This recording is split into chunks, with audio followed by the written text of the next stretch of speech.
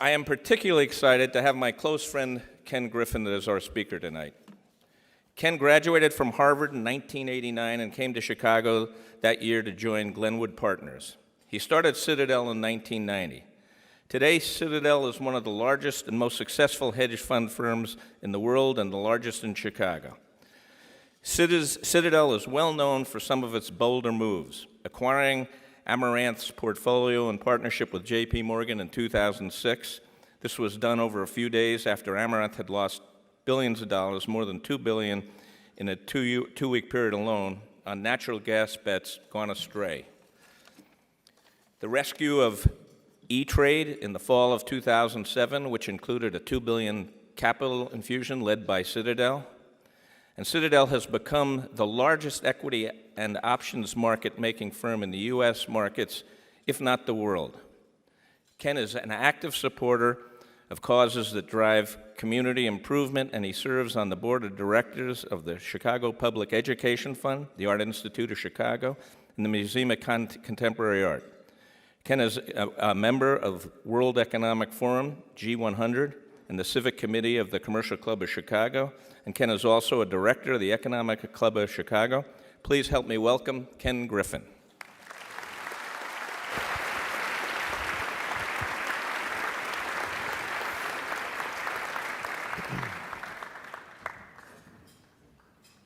John, thank you for the kind introduction. I'm delighted to be here tonight to share with you the history of Citadel, how we rose, how we prospered, how we nearly failed, and how we recovered to prosper again. I'm going to focus on three important concepts, three themes that are part of our story: the importance of talent, the importance of execution, the importance of taking decisive action, and how these three themes can guide us in achieving the mission of the Economic Club of Chicago, which is to address the important economic and social questions of the day. Before I begin with the history of Citadel, I think it might be helpful to share a bit about myself. Let's take a journey back through time. Yes, this is me on the beach as a young boy with the business section of the paper.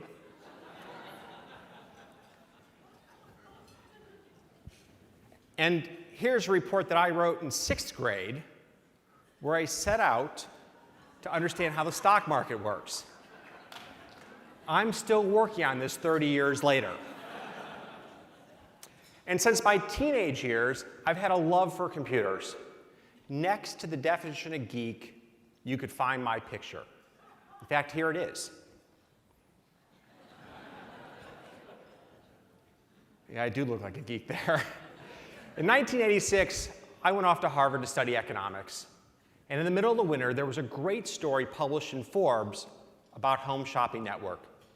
Now, Home Shopping Network was going to change the world, or so said the bulls who bid the stock up 500% from the time of the IPO. But the author, Gretchen Morgenson, made a compelling argument that the stock was a fad and ripe for a correction. I really liked her argument, and I bought 2 put contracts on Home Shopping Network, effectively betting the stock would fall. And fortuitously, within days of doing so, the stock did collapse, and I made a few $1,000s, which as a college freshman, that is all the money in the world. Now, when I went to liquidate my options, the market maker paid me $50 less than their intrinsic value. And his trading approach really got me interested in learning about the pricing of derivatives. I used to walk across the river to Harvard Business School where I'd spend hours in the library reading books on derivatives and trying to understand the pricing and financial theory behind derivatives. And I came across a strategy known as convertible bond arbitrage. Now, I'm in Boston. I'm a kid in college. I'm pretty resourceful. I called a broker at First Boston to ask for advice on this strategy that I came across. And this gentleman, Doug Snyder, was quite generous with his time. And he said, look, this is really not a strategy that our clients do, but the firm does it with our own money. Now, I may have been young, I may have been naive, but I was no fool. If this is good enough for the firm's money, this is what I want to do with my money. So with two friends, we started a small hedge fund in 1987. We raised $265,000 from friends and family. And yes, I started it in my dorm room. Now, I was armed with all the modern technology of the day. I had a fax. I had a phone. I had an IBM PS2 personal computer. And it is true, I put a satellite dish on top of the building, ran the cable through an old unused elevator shaft, pulled it through a window, and into my dorm room so I could have real-time stock quotes. I had all the technology to begin my career as a hedge fund manager. And it was the perfect fit for me. It was a chance for me to marry my interest in the markets with my passion for technology. Technology that was used to compute the pricing relationship between convertible bonds and the underlying stock. Now, we started just weeks before the crash of '87.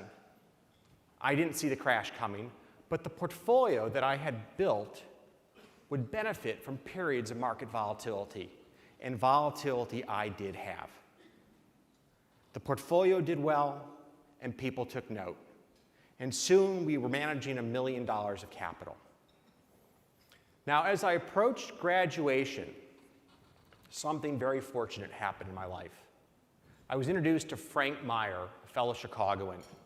Frank was the co-founder of Glenwood Partners based here in our great city. He was also a pioneer investor in hedge funds. And he offered me an opportunity to come to Chicago and to join him at Glenwood. It was a pretty simple proposition. I could manage a small pool of capital for Glenwood. If I did well, I could leave. I could start my own firm, and he'd be my partner in doing so. If performance wasn't so good, I would pick a different path in life. As he said, you can always go back to business school. But Frank offered more than capital and more than moral support. He gave me great advice. He said, don't focus on just a single investment strategy. Focus on building a firm, a platform that attracts the best and brightest people and that deploys capital across an array of investment strategies. Think big. And I took his advice to heart, and I spent a lot of time focusing on hiring the best and brightest people. Well, with Frank's support, in the November of 1990, I did launch Citadel. And within a few short years, Citadel was engaged in a wide variety of investment strategies, such as Japanese equity warrant arbitrage, merger arbitrage, and statistical equity arbitrage.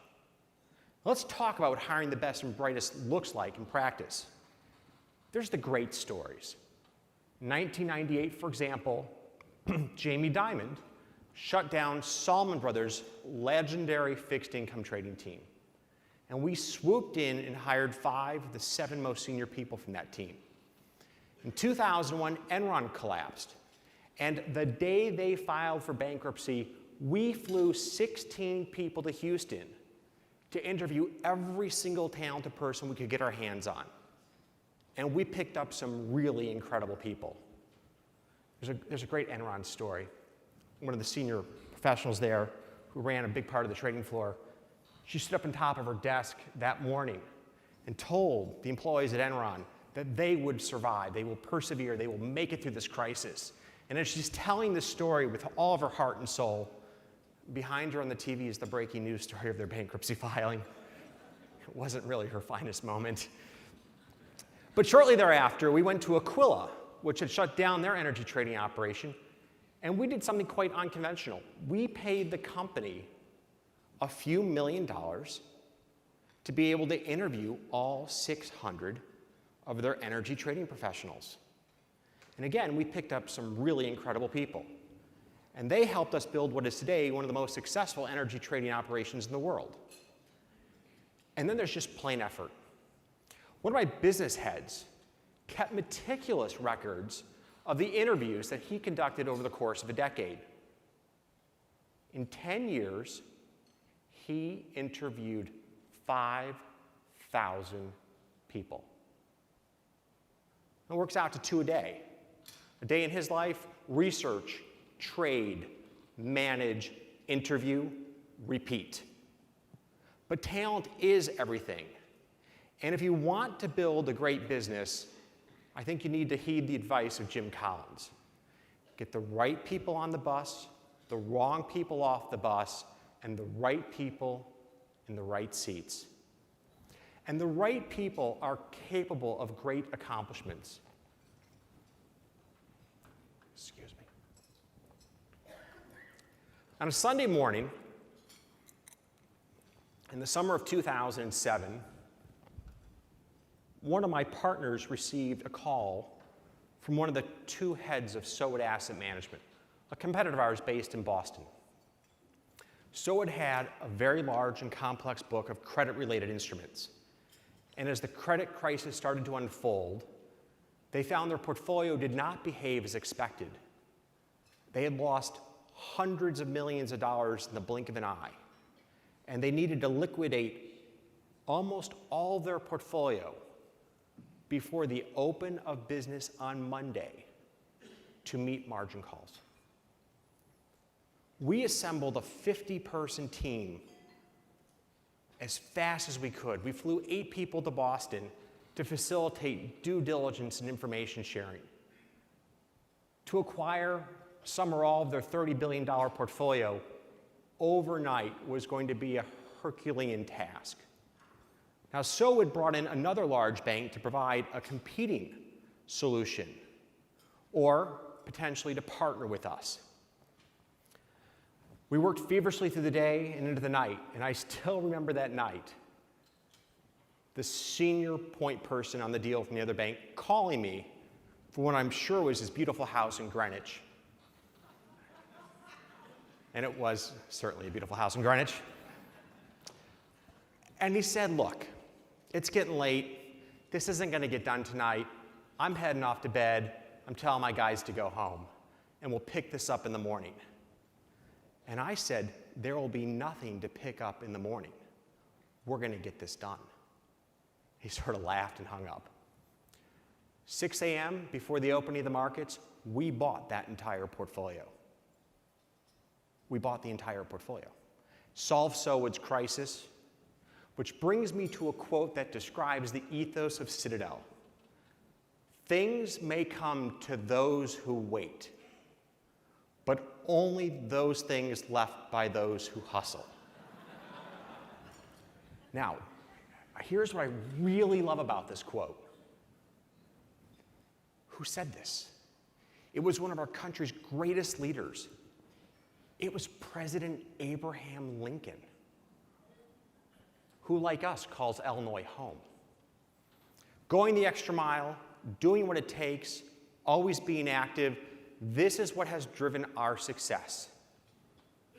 It often seems chaotic, frenetic. It's not like the well-oiled machine you envision when you read the business books. It's not. It's not. I remember discussing the topic of what great businesses felt like with Jack Welch's former head of human resources.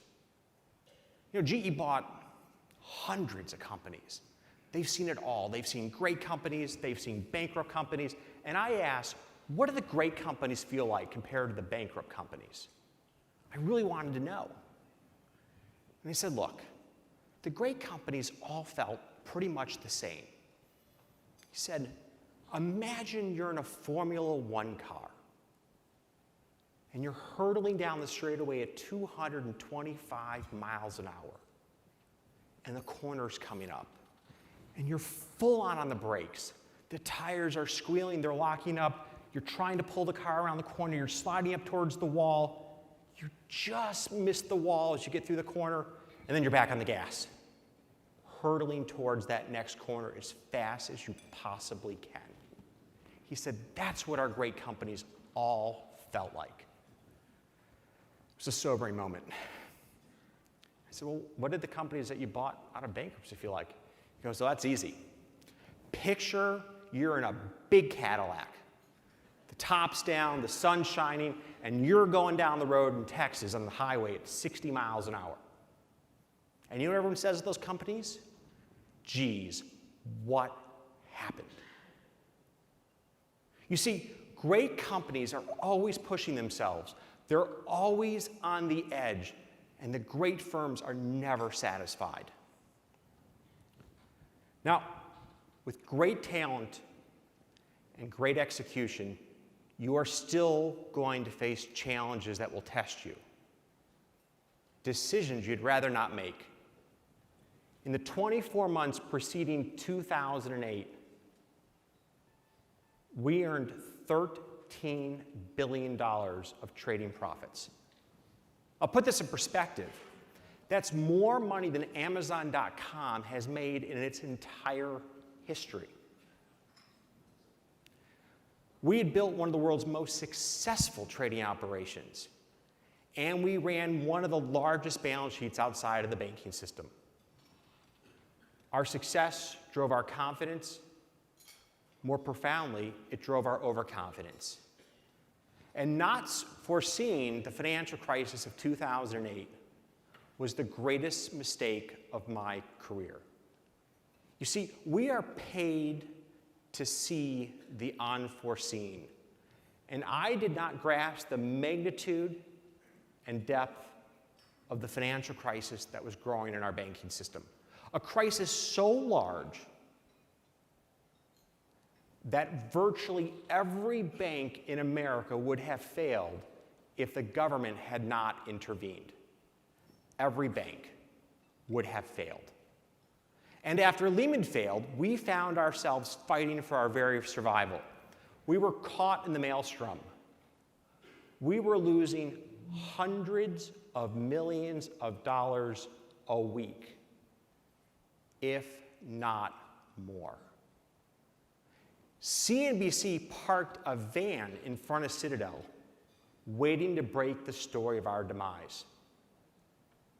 But we weren't going to give them that story. You see, each day, we took the steps needed to keep our business going. We sold assets. We closed business lines. We let people go.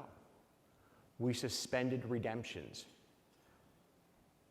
Our management team absorbed $500 million of costs on behalf of our investors to demonstrate our commitment to the business and our belief in the future.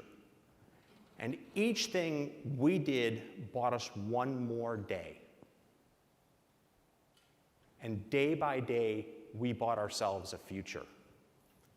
Often the choice was between painful and more painful.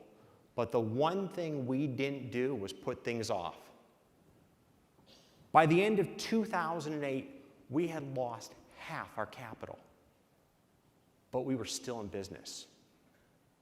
And we kept our team. And our team kept fighting to buy us another day. You see, with the right people,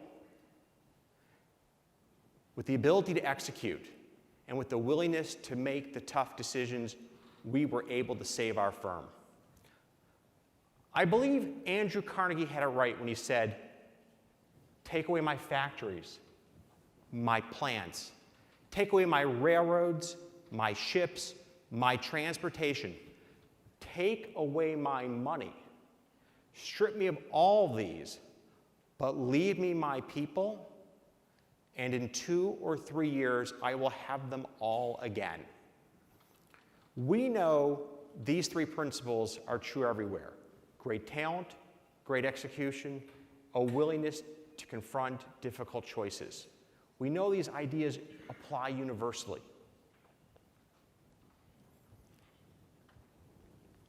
Consider how these principles have driven the birth and rise of our city. Chicago was incorporated in 1837.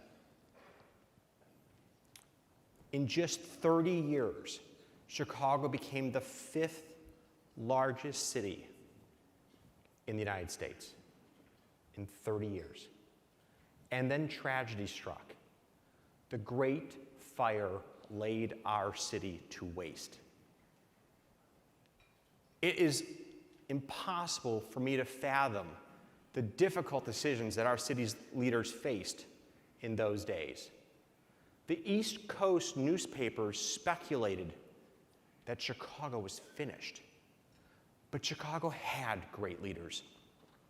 One of them, Joseph Medill, wrote an editorial in the Chicago Tribune rallying our citizens. All is best. Chicago still exists.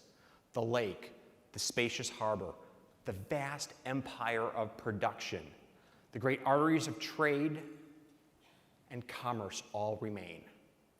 We have lost money, but we have saved life, health, vigor, and industry. In 1871, our city lay in ashes. And by 1890, Chicago was the second largest city in America. The commitment that rebuilt Chicago is still with us today. I remember Andy McKenna, the former CEO of McDonald's, taking me to lunch a decade ago. And Andy, I'm going to recognize your presence here because I greatly appreciate this lunch. It was something very special. He spoke with me about how those who had come before him contributed to our great city and how the duty of civic and commercial leadership flows from one generation to another. It's a duty shared by each of us in this room. And you can see our commitment everywhere. You can see it in our great hospitals, in museums that are the envy of the world, and our world-leading universities. We have created one of the greatest cities in the world, one that we are all proud to call home, with one exception: our politics. There we've gone silent in the face of challenge. Every person in this room is painfully aware of our broken schools, our bankrupt pension plans, our rising crime rates, and our declining tax base. I'm sure we all feel some shame that 3 of our 5 last governors have been indicted, that we have plummeted from 8th to 48th as a state in which to do business in 1 decade. A friend of mine was recently at an event for young entrepreneurs, like the best and brightest in our city and the future of our great city. And a story that I wasn't planning to share is sort of as follows. The question was posed to these young entrepreneurs, the individuals who we look to help create our future. Have you considered leaving our state because of our business environment? And what % of the people in that room raised their hand and said yes? Half. Half our future is thinking about walking out of our great state. You know, when we look at the facts, it's like we've opted out of caring about the governance of this great state in this extraordinary city. And we permit this. We permit this. In the last election cycle, I called a local CEO to talk to him about supporting a pro-business candidate. We're aligned on the values of what a good candidate should look like. That wasn't a point of contention, but his answer was straightforward and simple. No. No, I'm not going to write a check. You see, if Illinois is not hospitable to my business, we're just going to move. And then I learned what the word hospitable meant. For a few weeks later, it was announced that his company received tens of millions of dollars of tax incentives. And his silence was bought and paid for. This story is sadly not unique. As the Tribune has reported, our state has given away tax breaks to countless Illinois companies. You know, here's a partial list.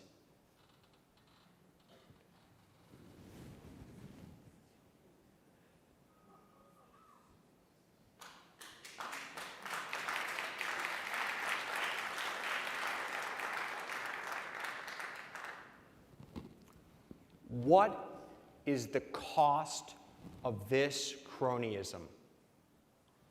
It is far higher than the lost tax revenues. It is the devastating loss of leadership from our business community. Edmund Burke wrote, "All that is necessary for the triumph of evil is that good men do nothing."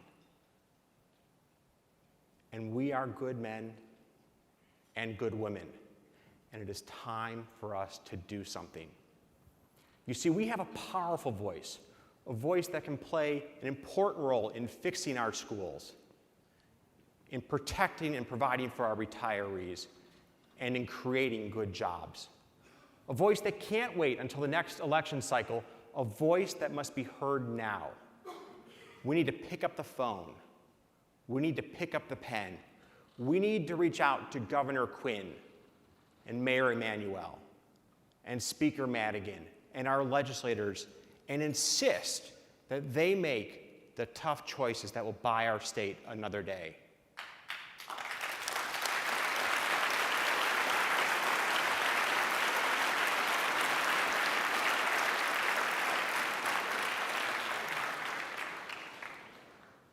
And day by day, we will secure ourselves a future. And let me be clear, the city of Chicago is counting on us. Before us, a generation of leaders made Chicago what it is today, and it falls to us to carry their work forward. Who else can do this?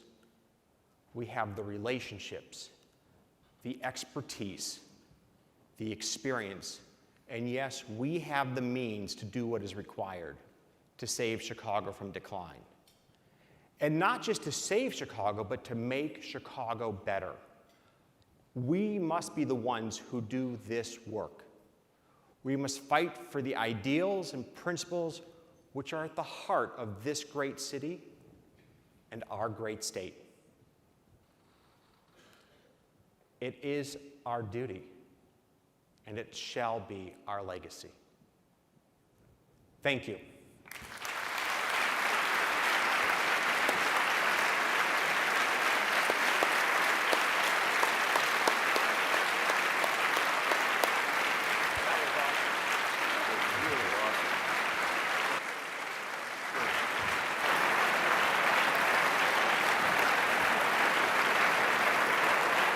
That's a pretty thunderous applause.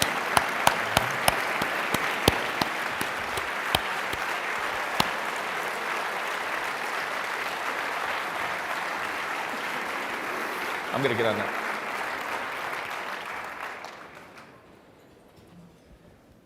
That was spectacular.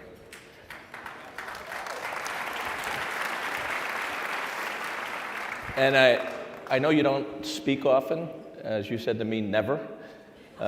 So I want to thank our own Michael Farrow for talking into doing this. And as you can see, as soon as we announced it, we sold out the whole place. And I don't think anybody's unhappy that they came here tonight. So thank you very much, Ken.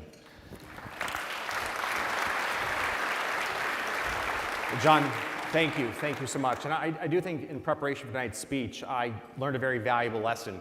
For all the parents in this room who have young children, save those artifacts.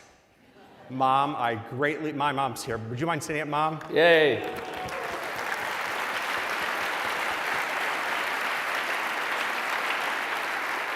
It was a fantastic trip through memory lane to just appreciate how far back my passion in finance goes. Thank you for saving all of those memories of our lives. Thank you, Mom. Well, after doing us such a great favor, and I want to in advance apologize to your mom for this first question. Now I'm getting scared. What is your response to the claim about compensation in your industry and that hedge fund managers make too much money? That's an interesting question. So I'll be succinct in my answer. Most of the income that you see reported in the newspapers for hedge fund managers relates to the return on their own invested capital in their funds. That, for almost all the managers, is the vast majority of their income. Now, let me be clear. The top firms that are wildly successful for their investors have created some vast fortunes in our country. And it's the nature of the inherent alignment of interests that when we are successful in creating wealth for the endowments and foundations that entrust us with their capital, we're well rewarded for doing that. Hey, I'm on your side here. Yeah, do you have a view on the taxation of carried interest? For those who may not know, carried interest is the percentage that fund managers receive on the gains of money they manage for limited partners. And in some cases, it's taxed as capital gains, not ordinary income. And the current administration would like to get those of us who toil hard for that capital gain treatment to pay ordinary income. Do you have a view? I have a pretty straightforward view. So first of all, almost all the income that we generate is short-term in nature. So my tax rate's pretty much the highest federal marginal rate. So I don't have a lot of skin in the game on this issue from my personal vantage point, but I have an interest in this from a matter of principle. In our country, our tax code favors the creation of wealth. It favors the creation of long-term capital gains. And so long as that is the basis of our tax code, the nature of the income that is created should flow through to those who create it. And so in your business, in which you buy and sell companies that you spend years working to make better, when you create long-term capital gains, I don't see why your long-term capital gains should be treated differently than anybody else. It's populist, it makes for some really good rhetoric, but it doesn't make for fairness. You were right on the money there. Now I'll get easier questions for the next 20 minutes. Yeah, now I'm going to soften up. Citadel has a robust energy business. What is your view on the U.S. energy policy and energy independence, and should we be exporting natural gas around the world? That's a great question, and we do trade a tremendous amount of natural gas and oil around the world. For all of us in this room, the revolution of fracking is a near miracle. It means that the United States has an opportunity to be free of dependency in the rest of the world for energy, which is a matter of national security, is priceless. Now, having said that, there's quite a bit of debate as to whether or not we should export our natural gas to the rest of the world, where it trades at about 3 times the price. And the answer to that, if we believe in free markets, is we absolutely should. Our country should do everything it can possibly do to maximize the value of its resources. And if we build a larger industrial base in the back of an artificially depressed price of input, we will find that industrial base stranded at that point in time in the future when markets do equilibrate. And markets in the long run do equilibrate. Now, there's been a lot of discussion about too big to fail and regulations in our banking system. What are the implications, and how is this impacting our market, your business, and investors overall? You know, regrettably, one of the outcomes of the financial crisis of 2008 was a dramatic consolidation within our banking industry. Firms like Wachovia acquired by Wells Fargo.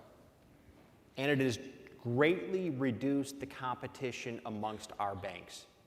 And we all know that when markets are less competitive, consumers lose. Just that simple. Now, how can I sit here and talk about why we should break up our too big to fail banks? I'm a free market advocate. Banks are not free market institutions. Every bank has a seal on its front door, says FDIC insured. It's a huge subsidy from our government. A huge subsidy. And because our banking system relies upon the faith and credit of our government, we have an obligation as a society to make sure that we maintain that part of our commercial realm a competitive, vibrant commercial realm. We need to break up our banks that are too big to fail. No company in America deserves the privilege of being too big to fail. None. So how do we do it?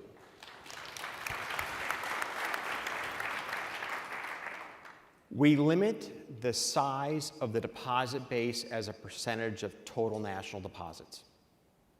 And do we also limit the activities that you can use with those insured deposits? In my opinion, and we refer to this as narrow banking in the industry, the answer is yes. I find it, for example, absolutely ludicrous that Goldman Sachs is viewed as a bank. Nothing against my friends and colleagues at Goldman Sachs, but you don't deserve the taxpayer support in running your business.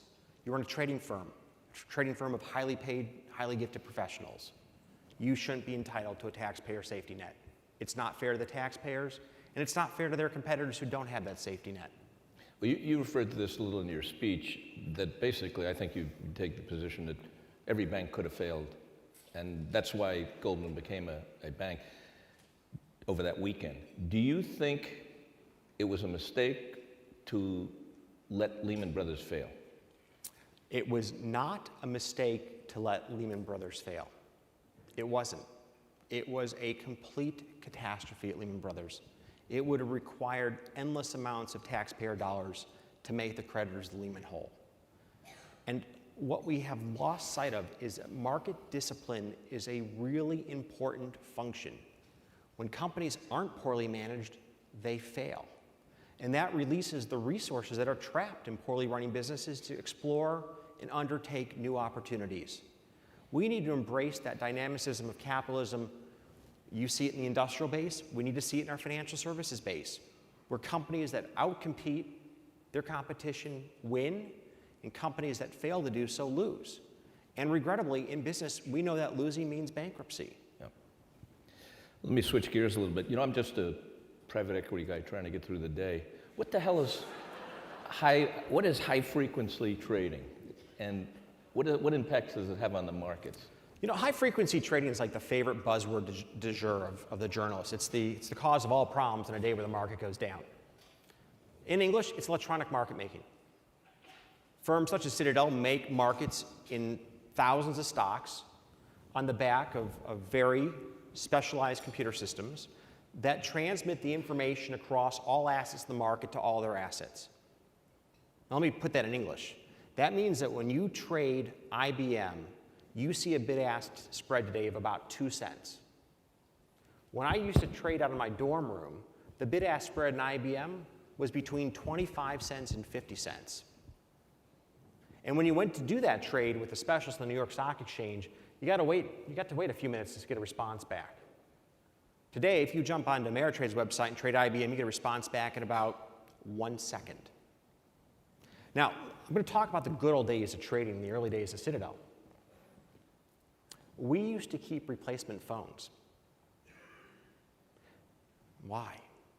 Because people would lose their mind when taken advantage of by floor traders in the New York Stock Exchange and break phones.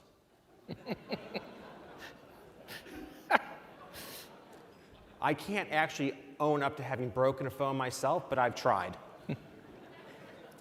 Now, since the advent of electronic markets, not a single phone's been broken at Citadel. Not one. We trade 100 million shares a day in our primary asset management business. No raised voices, no high blood pressure, no anger over a specialist taking advantage of you for a quarter or an eighth. But nonetheless, every time the market has a bad day, it must be these electronic market makers that the press doesn't really understand, but loves to blame for all the problems. So you referred to the fact that you had a satellite link installed in your dorm room in order to access market data on a real-time basis. Just to be clear, I installed that. You installed I installed it. it. Yeah, This is the one time in my life I actually used tools. I didn't mean to imply that you hired No, someone. I want to own this because I really can't make anything work. If you need something fixed in your house, don't call me. But I did make the satellite dish work. That's impressive. Not particularly, but I want to own this moment. So how much of your brain do you devote to information technology, and how can it deliver, and how it can deliver a competitive advantage now in your business? You know, what's interesting is over the 20-some-year history of Citadel, technology has gone from a huge competitive advantage across a variety of things that we've done to a source of competitive advantage in a far narrower range of activities. Because much of the technology that we built in the early days has now become commoditized. It's available to all participants. And that's great. That's the march of progress forward. And in areas where our technology provides a competitive advantage, it provides a really important competitive advantage that we place great value on. So technology in our business, like in every business run by people in this room, is really important. And I think what's really important is to understand what do you need to build yourself and what can you buy from third parties. And making good decisions around those trade-offs is a key success driver in using technology. So do you consider yourself a technology company? The 400 people that work for me in software engineering would really want me to say yes. But I think we are like every other business in existence today. We're not a technology business, but technology is core to our business. You know, in your talk, you made a big emphasis about people, and I'm a big Jim Collins fan, so I agree with 100% with that, right people in the right seats on the bus. What do you look for in people? I mean, when you obviously base your business around picking good people, what do you look for? We really seek out passion. That's the one thing we really seek out. Because I'll tell you what, determination and persistence almost always wins the day. You know, the world's awash in really gifted people who've never really accomplished that much. Because just being gifted isn't enough. You've got to be passionate about applying that gift. So we really look for passion amongst the people that we hire. And we do receive about 25,000 resumes a year, so we're in a pretty good position to pick out passionate people from that group. That, hands down, is what we look for. Beyond that, there's a couple things that we really look for. We look for people that play well in teams. Finance today is a team sport. The days of a single person going through 10Ks and 10Qs and picking stocks are well over. They're well over. You know, our equities team, for example, they do 10,000 management meetings a year. There's a lot of time on airplanes, a lot of time in conferences, and a lot of time coordinating between members of a team to come to the right decision. So we look for people who are team players. We look for people who really enjoy getting the details right, because in our business, the details are what drive the outcome. It doesn't matter if we're close. There's lots of people who are close. To win in finance, you got to be closer than everybody else. Teamwork, detailed orientation, passion are the three things that we really look for across the team members that we hire. Well, it's a good moment there. now that you mention it, what about the people you fire? Well, we fire some people too. No, look, I'm really proud of all the talent that we've brought to Citadel. I'm also proud of all the people who've left Citadel. You know, GE placed a great emphasis on talent development. They realized that in doing so, a lot of people would leave GE because they had other opportunities away. You know, I have a bit of a reputation for being a hard guy to work for. I am. I expect excellence. I'm not shy about that. And the guys around me, they've delivered excellence for 23 years. And I'm proud of that. But everyone who's been at Citadel has had a great learning experience. They've learned from some of the best and brightest in the industry. Some people who leave go off to pursue other careers and to work for our competitors. I always worry about our competitors who don't have a heritage of developing great people. Why would you want to work there? I don't know. I'd want to work at the shop that produces the real stars in the industry. So you started, obviously, as a trader, building models, doing all the stuff where you roll up your sleeves and now you've got a gigantic company and you've got to be a manager. How do you make that transition? How do you spend your day? What do you do? I still spend an enormous amount of my time on the nuts and bolts of our investment process. That's what drives our business. You know, succinctly put, what do we do at Citadel? We try to understand what's going to move the prices of assets. What factors are relevant? And of those factors, which can we predict better than the next guy? 10 years ago in the energy business, it was about forecasting the weather.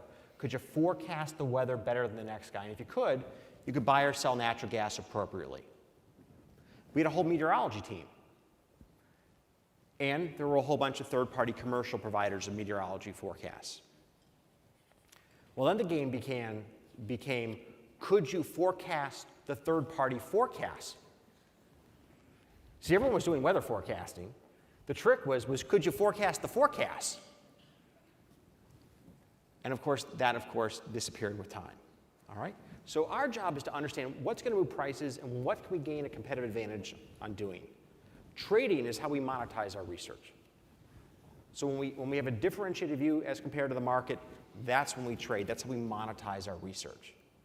And I spend a lot of time thinking about and working with my team members, trying to understand where can we have a competitive advantage in this research undertaking and in how we trade to monetize our research. Now you hire a lot of engineers. Do you have trouble attracting them to Illinois and to Chicago? We do. We do. And some reasons are nothing to do with Chicago and some reasons are. All right? What are the reasons that have nothing to do with Chicago? This isn't the home to Facebook and Google. And if I'm trying to hire somebody out of college, it is almost always us versus a Google or Facebook. We're just not the Silicon Valley. And we're not going to be able to attract the people that want to go to the Valley yet. We don't have a deep enough technology presence in Chicago to really successfully make those hires. Now, having said that, a lot of people want to come to the state because of the great quality of life we have here. And we do. We have a spectacular quality of life in Chicago. I mean, it's the basis of my speech. This is a city worth fighting for. We have offices all over the world. I couldn't think of a better place to live than where we live here today in Chicago.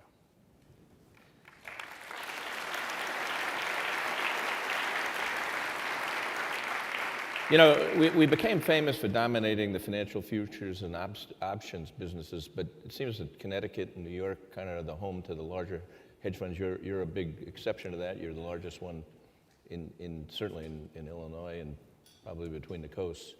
Why is that? I mean, is there something wrong here? No, there's network effects in talent. So talent tends to aggregate in communities of specialty.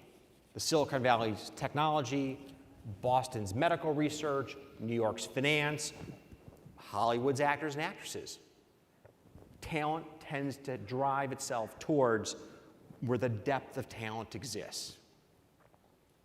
And that's one of the challenges that we face in Chicago, is that with respect to some of the newer lines in our economy where there's more growth, we just have less of a base to leverage. So let me switch tracks here. Can you explain what QE3 is and its benefits and implications? And by the way, do you think these Fed policies are healthy, unhealthy? So I'll give you first the flip remark, which is QE3 denotes the lack of innovation by our Fed in naming policies. Right? We QE1, QE2, QE3. I think there's that old saying, the third time you're out. So let's talk about what quantitative easing is. Right? The Fed is not printing money. So, you know, when you take your wallet out tonight and you look at your dollar bill, you should just have some peace of mind. They're not printing more bills in quantitative easing. What they're doing is what we call liquidity transformation. They are borrowing money from our banking system to buy 7-year, 10-year bonds and treasuries.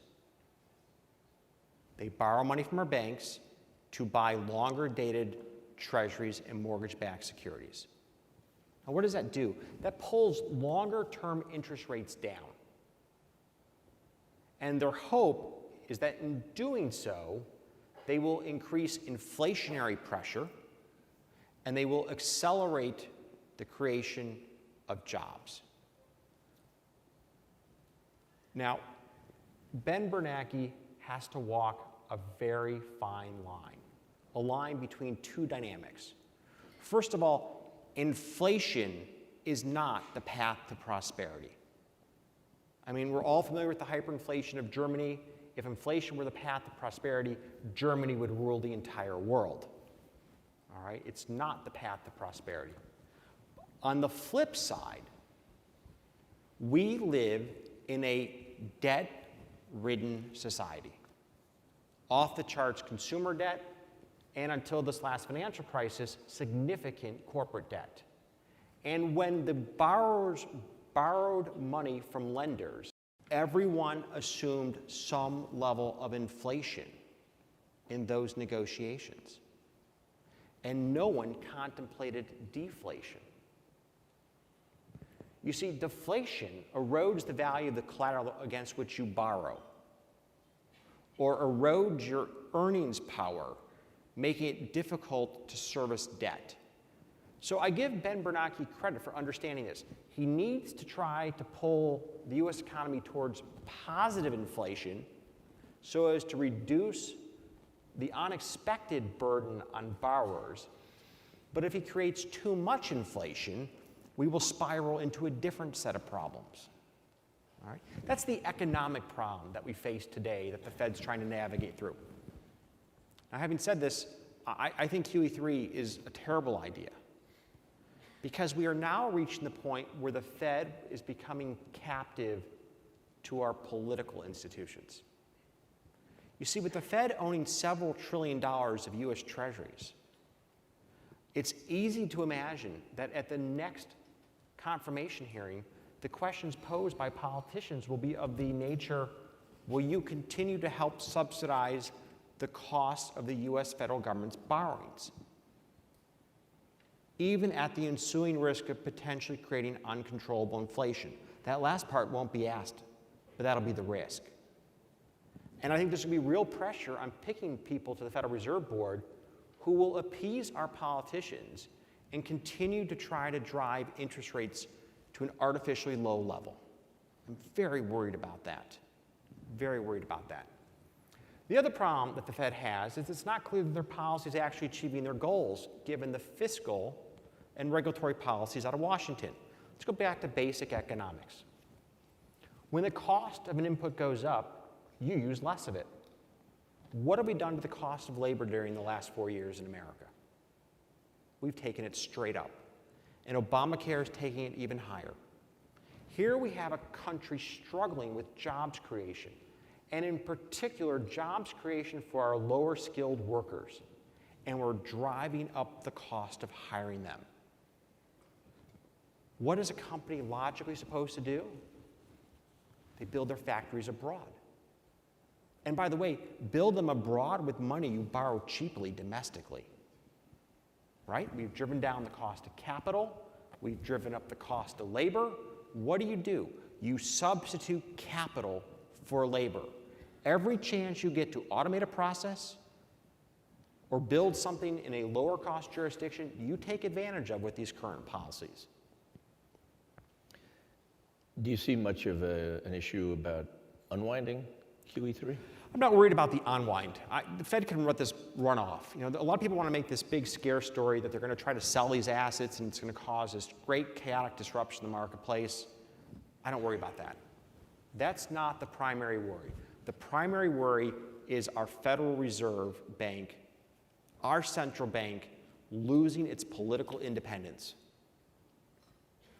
Now, with interest rates on U.S. Treasuries is at historic low, maybe since World War II, or maybe forever lows, do you think there's a bond bubble building or existent, and are there dangers inherent to that?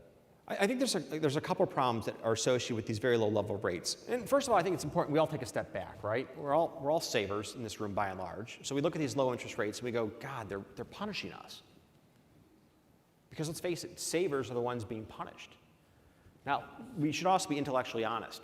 We've been huge beneficiaries of these policies because most of the people in this room have a lot of assets. And those assets have inflated in value because of the Fed's policies. Who's really being punished is the 30-year-old family that has neither assets nor savings. That's who's really being punished. Who else is being punished? Those amongst us who are less fortunate, who have to get by on a meager paycheck, who have seen great inflation in the price of food and energy fueled by the Fed's policies. You know, it's really ironic in an administration that so prides itself on being populist, the primary policy of our central bank has made the rich richer and the poor poorer. It's a great human tragedy, one that never gets written about by our liberal press. U.S. government debt over $16 trillion. You know, it's more than our annual GDP. How big a problem is this in your view? Well, compared to our entitlement problem, it's not a problem at all. So tell us a little bit about the entitlement problem. Well, the entitlement problem is pretty straightforward. 10 years from today, we will spend, under current tax regimes, we will spend every single dollar that we pay in federal income taxes on Medicaid, Medicare, Social Security, and interest on our debt. Every function of the federal government that we think of as government, there's no money for, not a penny. So do I worry about our debt? I do, but I'm terrified by our entitlements. And I'm terrified because no one is being honest with the American public. The American public would get the joke. We're going to have to work a few more years. We are all going to live far longer than ever anticipated when they designed Social Security. It's a great triumph of modern medicine. But with those longer lives, there's going to come a requirement to work a few more years so we can pay for our retirement. And no one wants to confront this. And rising medical costs, I really applaud Paul Ryan for having the fortitude to go out there and propose that we push more of these programs down to the state. And why is that important? One of the great things our founding fathers did is they put in place 50 states to compete with one another on the principles of how they would govern. And we would see, if we pushed more of the medical costs down to the states, we would see a lot more innovation and thoughtfulness on where to take medicine in America. Because the monolithic central government of our country isn't going to deal with the tough moral issues that go with modern medicine. But we've definitely seen signs that the states are willing to take that issue on. And we need one of our states to shine a light on where we should go forward with respect to health care in America. Now, I know you're a student of state finances and you pay a lot of attention to it. And the Civic Committee of the Commercial Club recently said that the Illinois' pension problem is unsolvable. Do you have a view on Illinois itself being the state in the worst financial shape of any state and its pension issues? I have to commend Jim Farrow, who worked on this a lot. And he really brought this issue to my attention first, years ago, in the context of the Economic Club. Yeah. And Jim was so right about how this problem was going to engulf our state. And he was so right years ago. And you know what? That problem has now engulfed our state. We have, using any reasonable set of assumptions, $100 and some billion of unfunded commitments to our retirees. What is unbelievable to me is the idea that we are going to guarantee our pension benefits above all else in our state, above the interests of our children, above our safety and security. When a company goes broke and you end up in the hands of the Pension Benefit Guaranty Corporation, when you get a U.S. government guarantee, you take a huge hit on what you're entitled to as compared to the plan that you had in place. Now, let me be clear. I'm not advocating that we impose a huge hit on our current state employees, but we have to have a grown-up conversation about how they're going to have to work more years to get the benefits that they thought they're going to get. And we're to be very thoughtful about, after they retire, what are the appropriate cost of living adjustments. And here I'll say something that you might find surprising.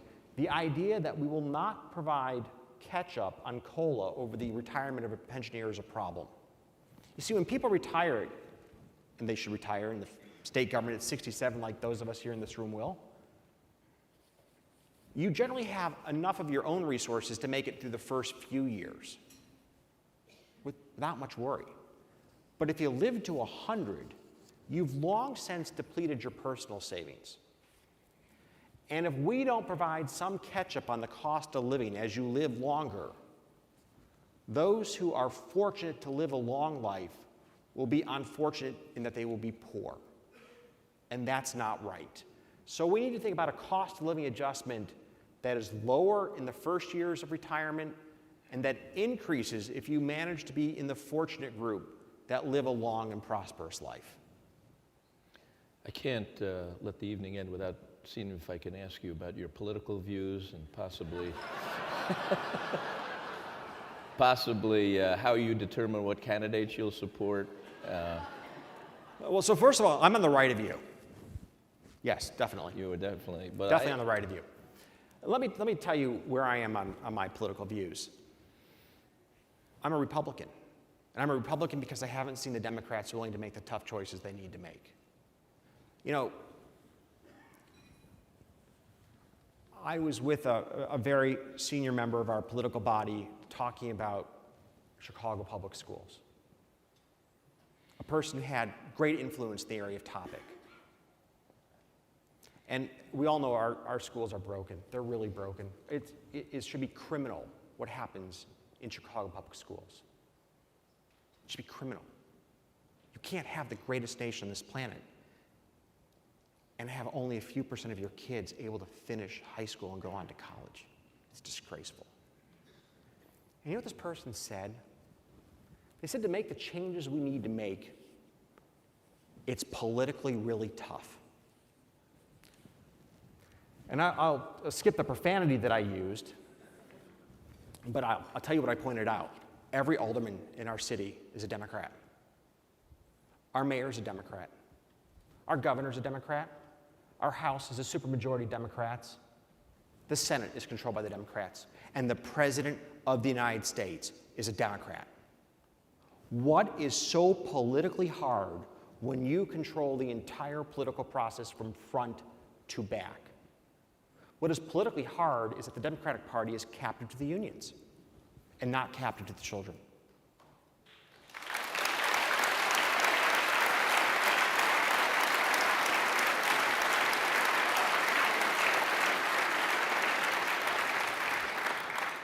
Now let me be very direct on answering your question.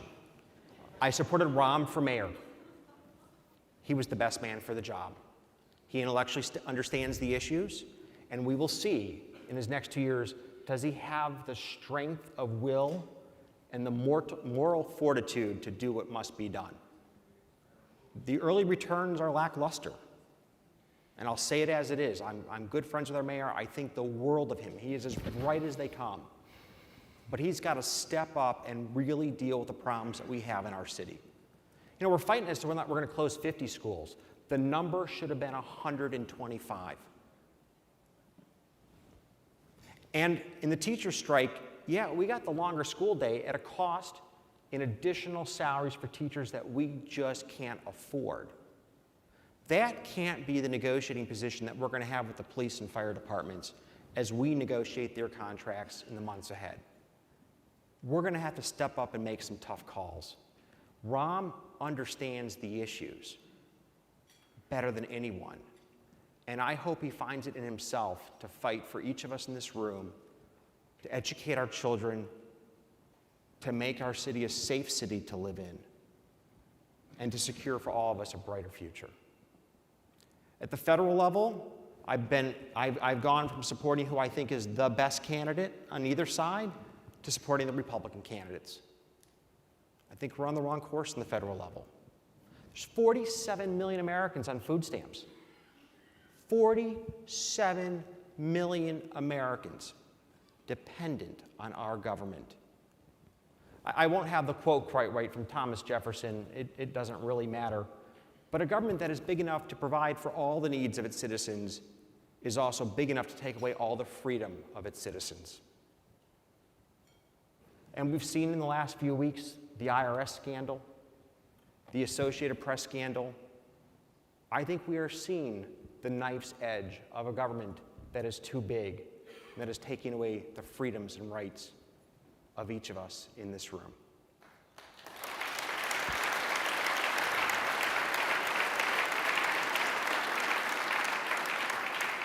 By the way, you're sitting on my right, but you are not to the right of me. I want to thank you for one of the best evenings we've had at the Economic Club, and you're. Thank you, John. It was terrific. Thank you. This meeting is.